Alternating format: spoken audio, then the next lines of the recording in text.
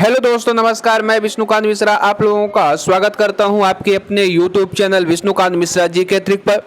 दोस्तों, जैसा कि आप सभी को पता है कि जो हमारी सीरीज चल रही थी इंडियन जियोग्राफी का आज हमारा 12वां लेक्चर है, जिसके अंतर्गत हम क्या देखेंगे, प्रायद्वीप पठार।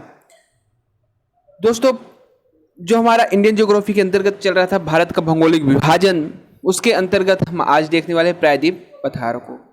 ठीक है, तो प्राय भौगोलिक विभाजन में हम लोग क्या देखे थे, जो शुरुआत किए थे भारत का जो भौगोलिक विभाजन किया गया था, तो कई भागों में किया गया था, जैसे कि हिमालय, उत्तर भारत के मैदान, प्रायद्वीप, मरुस्थल, तटीय क्षेत्र और द्वीप समूह, इन भागों में क्या किया गया था, भारत का भौगोलिक विभाजन किया गया था, जिसमें से हम लोग हिमालय को अच्छे से पढ़ चुके हैं, उत्तर भारत के मैदान को भी पढ़ चुके हैं, और आज जो हम पढ़ने वाले हैं वो पढ़ने वाले हैं क्या, प्रायद्वीप पठार। ठीक, तो वीडियो शुरू करने से पहले दोस्तों वीडियो को ज़्यादा से ज़्यादा लोगों तक शेयर कर दें, और जो लोग अभी तक हमारे इस YouTube चैनल को सब्सक्राइब नहीं किया है तो प्लीज़ चैनल को सब्सक्राइब कर लें, साथ में बेल आइकन को जरूर प्रेस कर लें ताकि हमारी हर एक वीडियो की नोटिफिकेशन आपको जल्द से जल्द मिल सके। तो चलिए दोस्तों, फिर हम शुरुआत करते हैं आज के इस लेक्चर की, ज़्यादा समय आपका न लेते हुए। तो चलिए फिर हम शुरू करते हैं, बात करते हैं किसकी, प्रायद्वीप थोड़ा सा रिवीजन करते हैं। तो प्रायद्वीप किसे कहते हैं, जमीन का ऐसा भूभाग जो तीन ओर से जल से घिरा हो, उसे हम क्या कहते हैं, प्रायद्वीप कहते हैं। ठीक है, सिंपल सी भाषा में, जमीन का ऐसा भाग जो तीन ओर से कैसे घिरा हो, जल से, ठीक है, पानी से, उस क्षेत्र का हम क्या कहते हैं, प्रायद्वीप कहते हैं। ठीक है, प्रायद्वीप को हम लोग दो भागों में डिवाइड किए। पहला भाग था प्रायद्वीप पठार, और दूसरा हमारा था प्रायद्वीप पर्वत। अब प्रायद्वीप पठार क्या है, पठार को समझते हैं। पठार का जमीन का ऐसा उठा हुआ भूभाग जिसकी औसत ऊंचाई 600 फीट से ज्यादा हो, और ऊपर की सतह क्या हो, समतल हो, और क्या हो, चौड़ी हो, उसे हम क्या कहते हैं, पठार कहते हैं। ठीक, पठार समझ में आ गया। पठार किसे कहते हैं, जमीन का ऐसा उठा हुआ भूभाग जिसकी औसत ऊंचाई 600 फीट से ज्यादा हो, और उसकी जो ऊपर की सतह हो तो समतल हो, और क्या हो, चौड़ी हो, उसे हम क्या कहते हैं, पठार कहते हैं। आगे बात करते हैं पर्वत की बात करते हैं। तो पर्वत जमीन का ऐसा उठा हुआ भूभाग जिसकी औसत ऊंचाई कितनी हो, 900 फीट से ज्यादा हो, और उस पे क्या हो, एक पिक पॉइंट हो, उसे हम क्या कहते हैं, पर्वत कहते हैं। पर्वत किसे कहते हैं, जमीन का ऐसा उठा हुआ भूभाग जिसकी औसत ऊंचाई 600 फीट से ज्यादा हो, और उस पे एक क्या हो, पिक पॉइंट हो, उसे हम क्या कहते हैं, पर्वत कहते हैं। ठीक, उम्मीद करता हूं ये सारी चीजें आप लोगों की अच्छे से समझ आ गई होगी। अब हम बात करते हैं किसकी, पठार की। पठार को हम लोग कई भागों में डिवाइड किए थे। पहला भाग हमारा था मारवाड़ का पठार, मध्य उच्च का पठार, मालवा का पठार, बुंदेलखंड का पठार, बघेलखंड का पठार, छत्तीसगढ़ का पठार, छोटा नागपुर का पठार, मेघालय का पठार, दक्कन का पठार, इन कई भागों में हम लोग पठार को देखेंगे, और आज के क्लास में इसको हम खत्म करने वाले हैं। तो वीडियो पूरा देखिएगा क्योंकि बहुत ही महत्वपूर्ण वीडियो होने वाला है। तो चलिए फिर शुरुआत करते हैं आज के सेशन से। जैसा कि आप लोगों को पता है कि हम लोग मारवाड़ का पठार और मध्य उच्च प्रायद्वीप पठार को अच्छे से पढ़ चुके हैं। आज हम जो पढ़ने वाले हैं वो पढ़ने वाले हैं क्या, मालवा के पठार को। क्या है, मालवा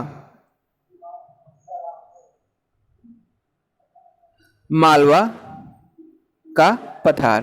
ठीक, मालवा के पठार को हम पहले मैप में देखते हैं कहां पे स्थित है।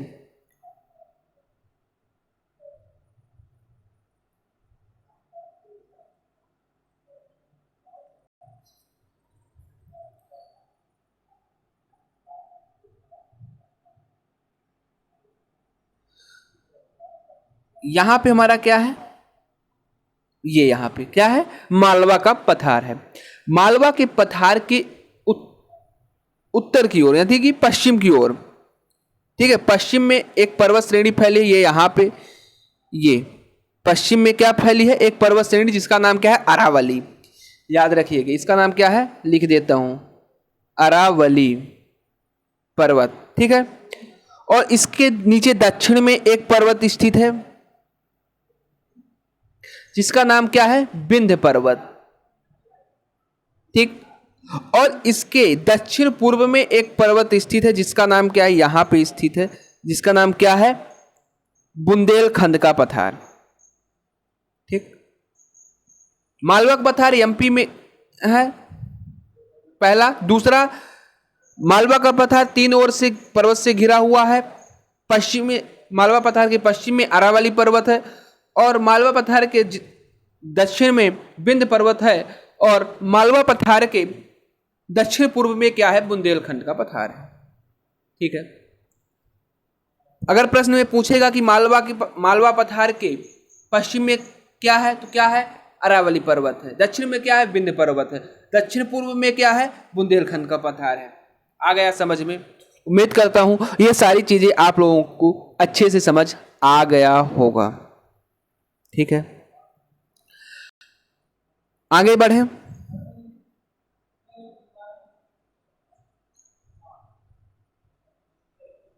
ये यहां पे आपको मालवा पठार का क्या है, पीडीएफ है। क्या लिखा है, पढ़ लीजिए इसको भी। यह पश्चिम में अरावली, दक्षिण में विंध्य पर्वत श्रेणी, पूर्व में बुंदेलखंड है। ये सारी चीजें हमने आपको बता दिया है। आपको यहाँ पे मालवा पठार भी दिखाई दे रहा होगा, ये मालवा पठार है। इसके यहाँ पे क्या है, अरावली है, नीचे से क्या है, विंध्य पर्वत श्रेणी है। और ये यहाँ पे दक्षिण पूर्व में क्या है आपका, पूर्व दिशा में क्या आ जाता है आपका, बुंदेलखंड का पठार, ठीक है। यही कह रहा है। आगे क्या, उत्तर में पठार में चंबल के बीहड़ों से चिन्हित है। आगे क्या लिखा है, इस पठार में जल निकासी को दो प्रणाली में अरब सागर और दक्षिण नर्मदा ताप्ती और माही की ओर, और दूसरा बंगाल की खाड़ी में चंबल बेतवा, ये नदियां हैं। चलिए इसको हम आपको यहाँ पे आगे समझा रहे हैं, ठीक। देखिए हल्का सा नदियों में चलते हैं। तो नदी, जिस प्रकार हम लोग प्रायद्वीप को दो भागों में विभाजित किया, उसी प्रकार नदी को भी दो भागों में विभाजित करते हैं। और दो भाग कौन कौन से होता है, एक होता है हमारा हिमालय की नदियां, दूसरा हमारा होता है क्या, प्रायद्वीपीय नदियां, ठीक। हिमालय की नदियां कौन कौन सी होती है, तो हिमालय की नदियां हैं, एग्जाम्पल पे आप रख सकते हैं, गंगा नदी, ब्रह्मपुत्र नदी, और अगली हमारी है सिंधु नदी, ठीक। प्रायद्वीपीय नदियों को हम दो भागों में डिवाइड करते हैं। कितने भागों में, दो भागों में। पहला हमारा होगा क्या, पश्चिम की ओर प्रवाहित होने वाली नदियां और पूर्व की ओर प्रवाहित होने वाली नदियां, ठीक है। एक क्या होगी, पश्चिम की ओर प्रवाहित होने वाली नदियां, और एक क्या होगी, पूर्व की ओर प्रवाहित होने वाली नदियां। या आप इसको इस तरह कहते हो कि अरब सागर में गिरने वाली नदियां और किधर, बंगाल की खाड़ी में गिरने वाली नदियां, कुछ भी कह सकते। तो पश्चिम की ओर प्रवाहित होने वाली नदियों में कौन कौन सी आ जाती है, मुख्य रूप से नर्मदा, ताप्ती, माही, लूनी, ठीक है। ये किधर जाती हैं, पश्चिम की ओर जाती है। क्यों जाती हैं, सारी चीजें हम आगे आपको सारी चीजें बताने वाले हैं। आप यूं ही बने रहें वीडियो। पूर्व की ओर प्रवाहित होने वाली नदी है नर्मदा, सॉरी, गोदावरी, कावेरी, चंबल, ठीक है। ये किधर जाती हैं, कावेरी, पूर्व की ओर। आ रहा है समझ में? आगे समझते हैं पश्चिम और पूर्व की ओर क्यों है, कैसा है, ये सारी चीजें समझ लेते हैं।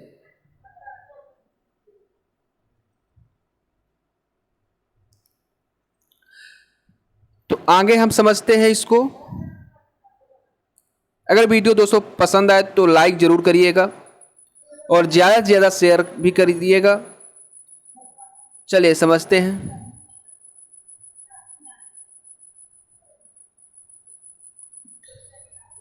यहां पे क्या है, एक पर्वत श्रेणी पाई जाती है, पर्वत है, आपको पता ही है। अरे ये यहां पे, ठीक। इसके इधर यहां से निकलती हैं, इधर कुछ नदियां निकल जाती हैं और दो नदियां इधर आ जाती हैं। ये दो नदियां जो हैं तो इनका नाम क्या है? तो इनका नाम है, पहले का नर्मदा, दूसरी है ताप्ती। ठीक। अब ये नर्मदा और ताप्ती इधर क्यों आती है, इस पे क्या है, एक ही जगह से देखिए निकलती है ना, एक ही पर्वत से, लेकिन क्या होता है कुछ नदियां उधर चली जाती हैं। तो हमने आपको बताया था कि जो पश्चिमी तटीय क्षेत्र है इसका ढलान किधर है? पूर्व की ओर है। किधर है? पूर्व की ओर इसका ढलान है, पश्चिम तटीय का क्षेत्र का। ठीक है, इसलिए क्या है कुछ नदियां उधर प्रवाहित हो जाती हैं।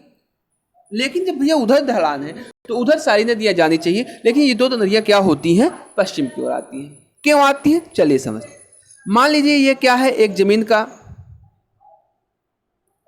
ये क्या है? भूभाग है। ठीक है, जमीन का टुकड़ा है जिसमें किसी कारणवश क्या होता है, इसमें दबाव पड़ता है और ये दो भागों में क्या होती है? विभाजित हो जाती है। एक भाग इधर खिसक जाता है और एक भाग इधर खिसक जाता है, एक भाग जो होता है बीच वाला नीचे खिसक आता है। ठीक है, यानी कि इसकी जो आखिरी में इमेज बनती है तो कुछ इस प्रकार से बनती है।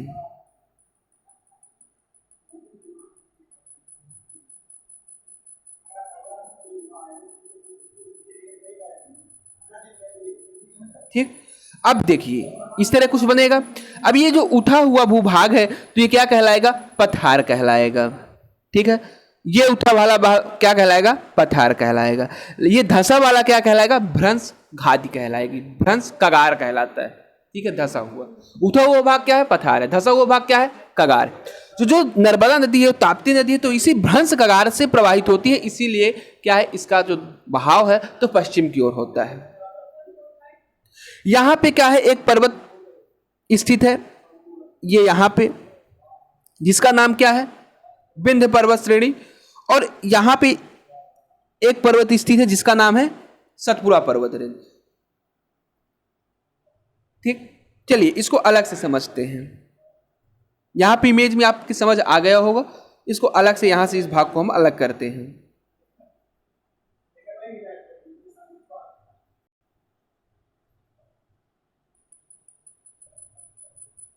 तो अब हम यहां पे इसको अलग से समझते हैं। तो क्या है कि कुछ इस प्रकार की आकृति बनती है। तो ये जो उठा हुआ भाग है तो ये क्या हो जाएगा? हमारा विंध्य पर्वत। और ये उठा हुआ भाग क्या हो जाएगा? हमारा सतपुड़ा रेंज, सतपुड़ा पर्वत। ठीक है, अब जो नर्मदा नदी है तो यहां से प्रवाहित होती है, ये यहां से, ये जो नदी प्रवाहित होती है कौन सी? नर्मदा नदी। और यहां से एक नदी प्रवाहित होती है जिसका नाम क्या है? ताप्ती नदी।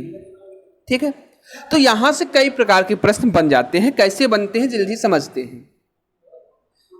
नर्मदा नदी किन दो पर्वत के बीच प्रवाहित होती है? किन दो पर्वत नदियों के मध्य प्रवाहित होती है, बहती है? तो किसके? विंध्य पर्वत और सतपुड़ा पर्वत के बीच। ठीक है, जैसा कि आपको यहां पे हमने इमेज में भी दिखा दिया।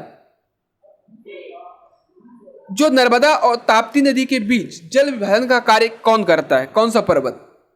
तो कौन सा पर्वत करता है? आपको दिख रहा है सतपुड़ा पर्वत करता है। ठीक है, आ गया समझ में? उम्मीद करता हूं सारी चीजें आप लोगों की समझ आ गया होगा अच्छे से। आगे बढ़ते हैं।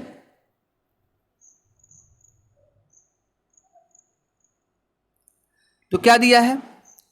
वहां पे वही चीज दिया था। यहां पे क्या दिया है? 530 किलोमीटर की लंबाई और 390 किलो की चौड़ाई के साथ यह 1,50,000 वर्ग किलोमीटर के क्षेत्र में फैला हुआ है। फैला रहने दो भाई, हमसे क्या मतलब, इसको याद नहीं करना आपको। हाँ भाई, कौन सी हमें वहां जमीन खरीदने जाना है। उत्तर में यह चंबल और इसके दाहिने तट की कई सहायक नदियां जैसे काली, सिंध और पार्वती से बहती हैं। अगला पॉइंट है, इसमें सिंधु, केन और बेतवा के ऊपरी पाठ्यक्रम में शामिल है। यह व्यापक लावा प्रवाह से बना है और काली मिट्टी से ढका हुआ है। मालवा का पठार जो है तो यहाँ पे काली मिट्टी पाई जाती है। ठीक है, मालवा के पठार में विशेष बात है, याद रखिए काली मिट्टी प्राप्त होती है। ठीक, आगे हम बात करते हैं बुंदेलखंड पठार की। किसकी?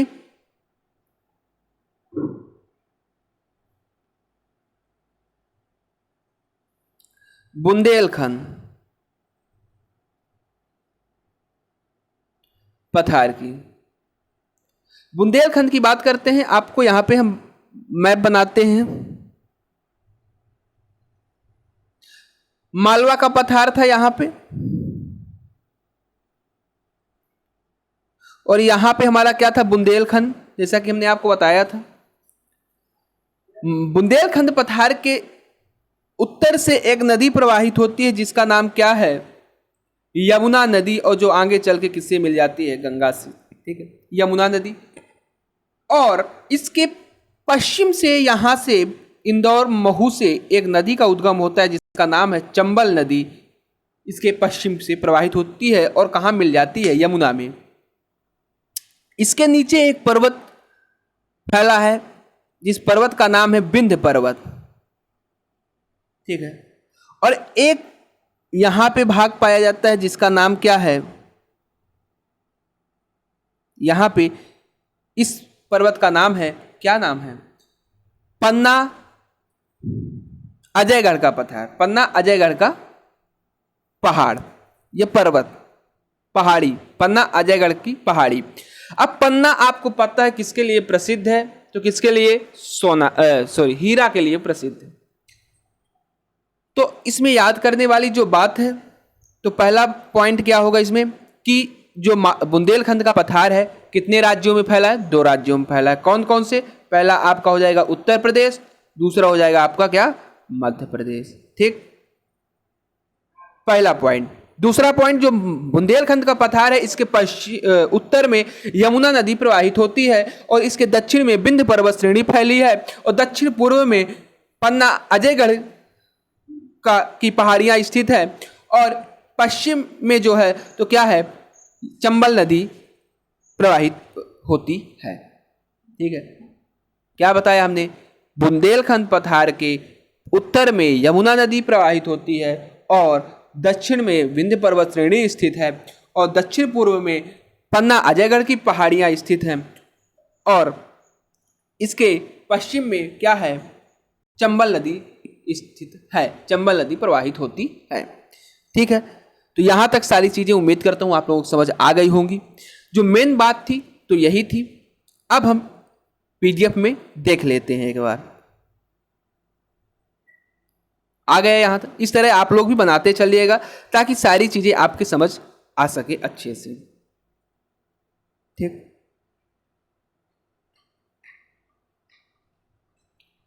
तो बुंदेलखंड पठार ये यहाँ पे स्थित है, आप लोग देख सकते हैं पीडीएफ में। ये यहाँ पे हमारा क्या है? बुंदेलखंड का पठार है। हमने आपको क्या बताया कि इसके उत्तर से प्रवाहित होती है जिसका नाम है यमुना नदी, इधर से प्रवाहित होती है चंबल नदी, और नीचे क्या है स्थित है? दक्षिण में विंध्य पर्वत, और यहाँ पे स्थित है पन्ना अजयगढ़ की पहाड़ी। ठीक है, पहला पॉइंट हमारा कहता है, क्या कहते हैं? मध्य भारत पठार और विंध्य स्कार्पर के बीच यमुना नदी के दक्षिण में बुंदेलखंड की पुरानी विच्छेदित भूमि है जिसमें से ग्रेनाइट और ग्रानाइट शामिल है, इससे बुंदेलखंड उप्र कहा जाता है। ठीक है, ये आपकी जो लैंग्वेज है तो जियोग्राफी की लैंग्वेज है। वहां पे हमने जो बताया था इसके पहले वो अपनी लैंग्वेज थी। ठीक है, आपको इसलिए इसको दिखा रहे हैं ताकि आपको ये ना लगे कि सर कुछ छोड़ रहे हैं, है ना। सारी चीजें आपको बताया जा रहा है। आगे दिया है कितने वर्ग किलोमीटर फैला है? तो 54,507 वर्ग किलोमीटर क्षेत्र में फैला है। क्या करना है भैया? फैला रहने तो 2 राज्यों में है। उत्तर प्रदेश के 5 जिले हैं, जो कौन कौन से हैं? जलौन, झांसी, अलीराजपुर, हमीरपुर और बांदा। और मध्य प्रदेश के 4 जिले हैं, टीकमगढ़, दतिया, टीकमगढ़, छतरपुर और पन्ना में फैला हुआ है। ठीक है, ये इसकी मुख्य बातें थी। आगे चलते हैं, आगे कुछ चीजें और हैं। क्या है? समुद्र तल से 300 से 600 मीटर की औसत ऊंचाई के साथ यह यमुना के ढाल में है। रहने दो भैया, क्या करना है? आगे बात करते हैं, इसको बिल्कुल भी नहीं याद करना। आगे है गंगा यमुना जोड़ और दक्षिण पश्चिम में दक्कन ट्रैप द्वारा प्रणाली के कवर किया गया है, आप लोग देख ही चुके हो। यहाँ बहने वाली नदियों के क्षणकारी कार्य ने इसे एक अवनालिका क्षेत्र में परिवर्तन कर दिया है। इसे खेती के लिए अयोग्य बना दिया है। इसे क्षेत्र में सैनेल स्थलाकृत की विशेषता है। ठीक है। बेतवा, धसान और केन जैसी धाराओं की खड़ी घाटियाँ प्रभावी चट्टानें स्थित हैं। ठीक, आगे चलें। आ गया समझ में? सारी चीज़ें आ रही हैं समझ में? अगर आ रही तो इसको ज़्यादा से ज़्यादा शेयर जरूर कर दें दोस्तों, और लाइक करें। और जो लोग अभी तक हमारे चैनल को सब्सक्राइब नहीं किया है तो प्लीज़ चैनल को सब्सक्राइब जरूर कर लें। आगे चलते हैं। आगे हमारा आता है क्या? बघेलखंड का पठार। क्या है? बघेलखंड। बघेलखंड का पठार आप लोग देख रहे हो कहाँ पे स्थित है? ये बुंदेलखंड के जस्ट नीचे, ये यहाँ पे बघेलखंड का पठार है। इसमें क्या है? माइकर रेंज के पूर्व में बघेलखंड है, जो पश्चिम में लिमस्टोन और सैंडस्टोन से बना है और पूर्व में ग्रेनाइट से स्थित है। ठीक है। इसमें लगभग 1.4 लाख वर्ग किलोमीटर क्षेत्र में क्या है ये शामिल है। आगे क्या कहता है? यह उत्तर में सोन नदी से घिरा हुआ है। उत्तर में इसके क्या है? सोन नदी है और क्या घिरा है, और इसके दक्षिण में एंटीकाइनल हाईलैंड और सेंट्रोस और लिमस्टोन की स्लेब घाटियां स्थित हैं। ठीक है, ज़्यादा विशेष इसमें कुछ नहीं है। पठार का मध्य भाग उत्तर में सोन जल निकासी प्रणाली और दक्षिण में महानदी। अभी इसको आप समझ लीजिए क्या है ये, यहाँ पे हमारा क्या स्थित है आपको बताया हमने क्या है? बघेलखंड। बघेलखंड के ऊपर से निकलती है कौन सी नदी? हमने आपको बताया सोन नदी। ये यहाँ पे प्रवाहित होती है कौन सी? सोन नदी। और इधर से प्रवाहित होती है दक्षिण तरफ, ये यहाँ, जिसका नाम है महानदी। ये हो गई हमारी सोन नदी और ये हमारी हो गई क्या? महान नदी। अब इन दोनों नदियों के बीच जो जल विभाजन का कार्य करता है तो कौन करता है? आपको दिख रहा है कौन करता है भैया? बघेलखंड का पठार। ठीक है, आ गया समझ में कि सोन नदी और महानदी के मध्य जल विभाजन का कार्य कौन करता है? तो कौन सा पठार करता है? बघेलखंड का पठार करता है। ठीक है, सारी चीजें आ गई समझ में। शारीरिक विज्ञान के रूप में तत्व गंगा के मैदान और नर्मदा सोन कुंड के बीच विंध्य रेत के मैदान हैं भैया। ठीक है, इस तरह से सारी चीजें आप लोग देख लीजिएगा। जो मुख्य बात थी हमने आपको बता दिया। आगे बात करते हैं। अगला हमारा जो आता है वो आता है क्या? मेघालय का पठार। क्या आता है? मेघालय का पठार। चलिए समझते हैं हम, जिसको देखना पड़ेगा देख लेते हैं। मेघालय का पठार। मेघालय का पठार। अब भैया मेघालय के पठार हमने आपको जब पढ़ाया था हिमालय तो बताया था, क्या बताया था? कुछ चीजें बताई थी।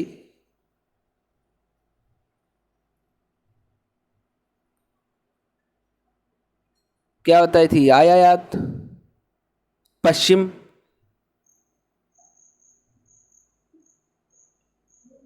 हिमालय का जब विभाजन किए थे कितने भागों में किए थे? 5 भागों में किए थे। वो 5 भाग कौन कौन से थे? एक था हमारा ट्रांस हिमालय, महान हिमालय, मध्य हिमालय, शिवालिक, पूर्वांचल हिमालय। पूर्वांचल हिमालय को हम समझते हैं। पूर्वांचल हिमालय में हम कुछ चीज़ आपको बताए थे। कई पर्वत श्रेणियाँ यहाँ पे स्थित थी, जो कि 2 कलर से बनाया था। एक जो यहाँ पे बनाया था रेड कलर से, और एक हमने नीले कलर से बनाया था, अगर याद होगा।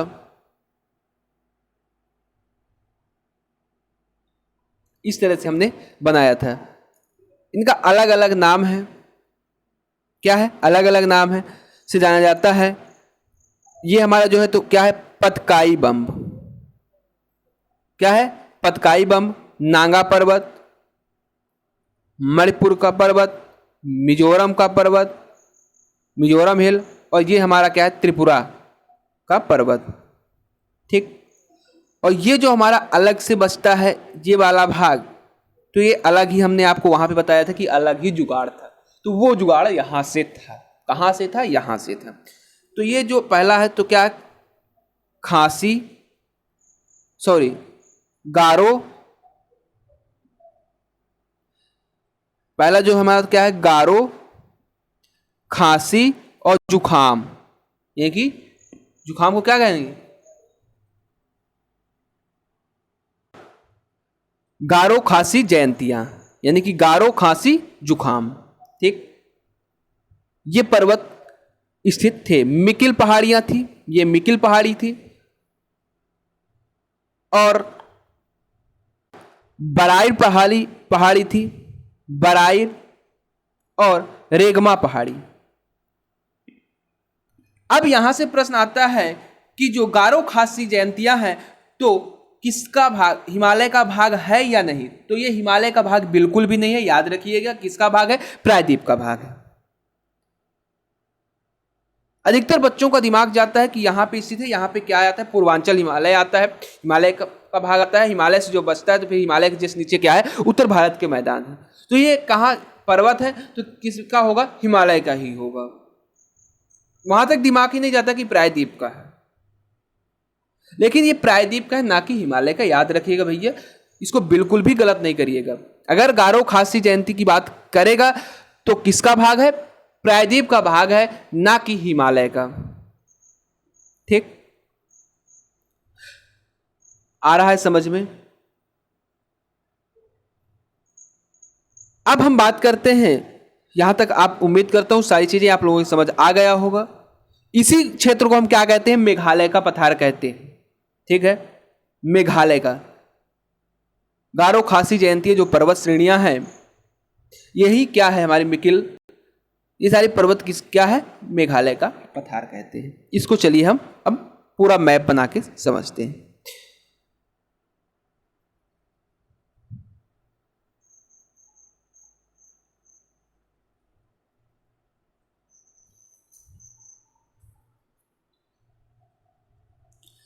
तो यहां पे हमारा क्या स्थित है?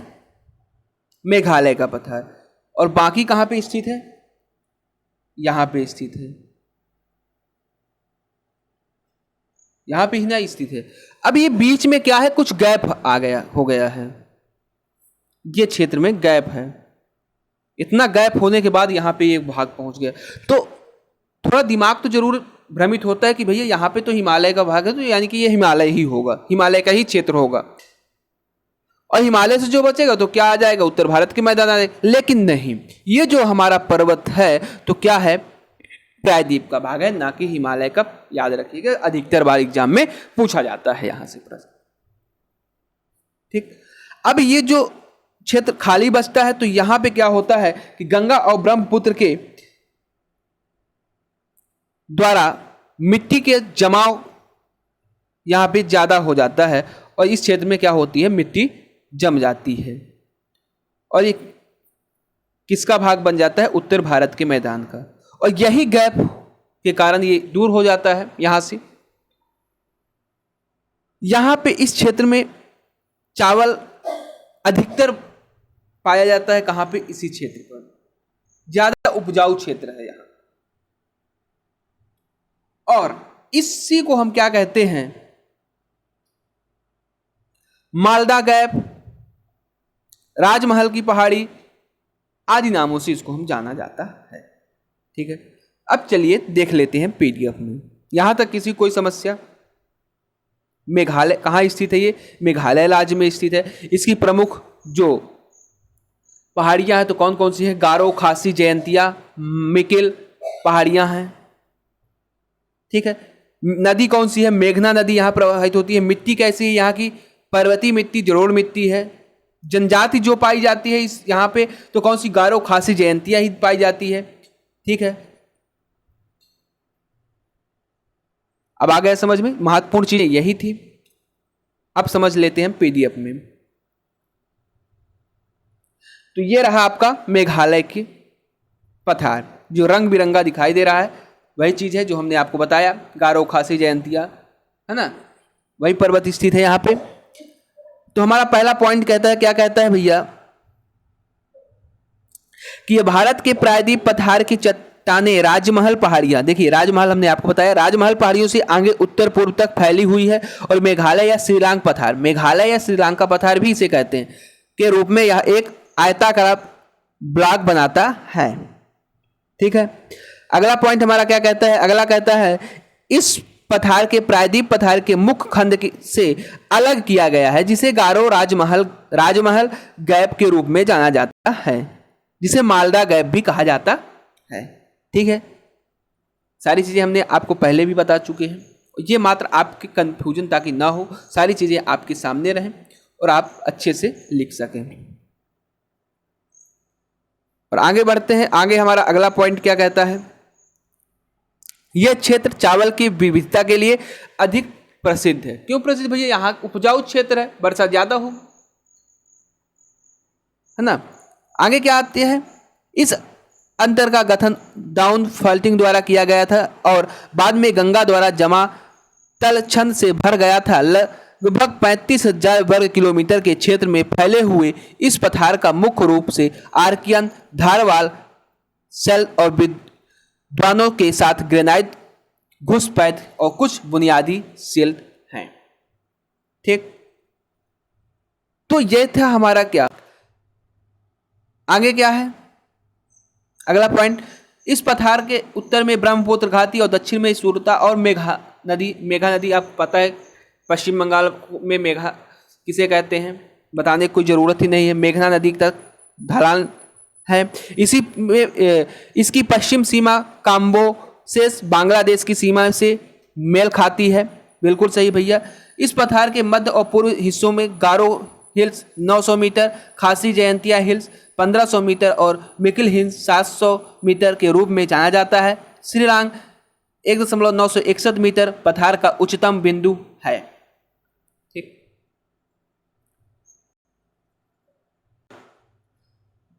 तो दोस्तों आज के लिए इतना ही।